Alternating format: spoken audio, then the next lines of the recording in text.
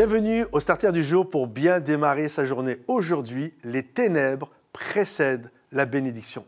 Lorsque Dieu a créé le monde, la Bible nous dit « il y eut un soir, il y eut un matin, ce fut le premier jour ». La Bible ne dit pas que « il y eut un matin, il y eut un soir et ce fut le premier jour ».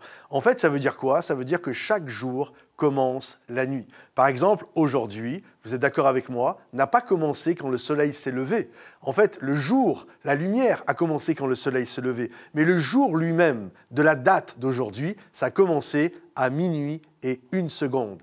Et à minuit 1 seconde, logiquement, vous étiez dans la nuit la plus épaisse, vous étiez dans les ténèbres. Et c'est ça la réalité. Les ténèbres précèdent toujours la lumière. Les ténèbres précèdent toujours la bénédiction. Il y avait le chaos sur la surface de la terre, il y avait les ténèbres sur la surface de la terre, mais à un moment donné, Dieu a dit que la lumière soit. Ça n'a pas commencé avec la lumière, ça a commencé avec les ténèbres. Et Dieu qui parle aux ténèbres et la lumière arrive. Alors aujourd'hui, peut-être tu es comme la terre, tu es informé vide. Ton mariage est comme la terre, c'est informé vide. Les projets, ton entreprise, ton travail, ton couple, ça ressemble à rien. C'est du tohu-bohu, c'est littéralement, c'est sans dessus de tout. C'est les ténèbres qui sont l'abîme qui est sur ta vie qui est là. Mais j'ai une bonne nouvelle pour toi, Dieu ne t'a pas laissé orphelin. La Bible nous dit que, alors que les ténèbres couvraient la surface de l'abîme,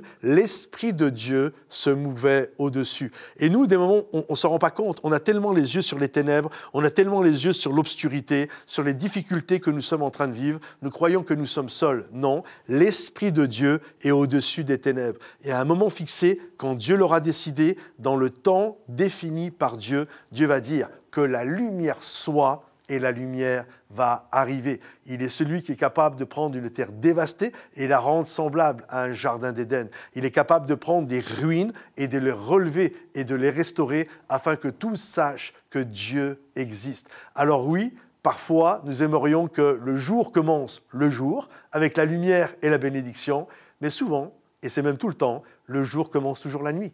Mais la nuit précède le jour. Les ténèbres précèdent la bénédiction.